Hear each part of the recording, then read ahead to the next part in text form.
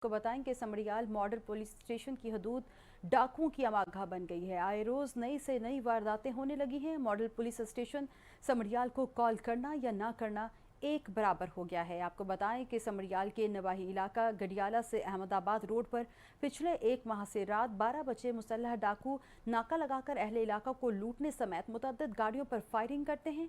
डाकू कार सवारों और मुतअद्दिद अफराद से नकदी और कीमती अशिया लूट कर हाथ पांव बांधकर खेतों में फेंक देते हैं। अहले इलाका सरापा एहतजाज है। उनका वज़ीर आज़म पाकिस्तान इमरान खान, वज़ीर आला पंजाब सरदार उस्मान बुज़दार, IG पंजाब और RPO गुजरांवाला और DPO सियालकोट से पुरजोर अपील की है कि समड़ियाल में बढ़ती हुई डकैती की वारदात पर फौरी तौर पर काबू पाया जाए और शहरियों की जानो माल की हिफाजत की जाए।